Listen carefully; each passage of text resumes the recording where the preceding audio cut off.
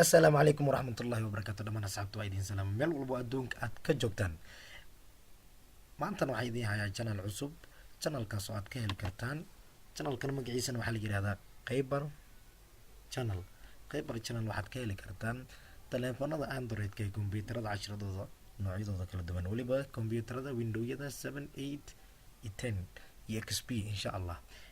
waxaan channelkan wuxuu idinkugu soo dari doonaa qeybaha diiniga insha allah. channelkana waxaa idinkugu soo dari doonaa programyada ee kombiyuutarada sida Photoshop insha allah. channelka subscribe saar, weliba notificationka furo insha allah. bishan gudaheedaba isla markiiba casharada waan bilaabi doonaa insha allah.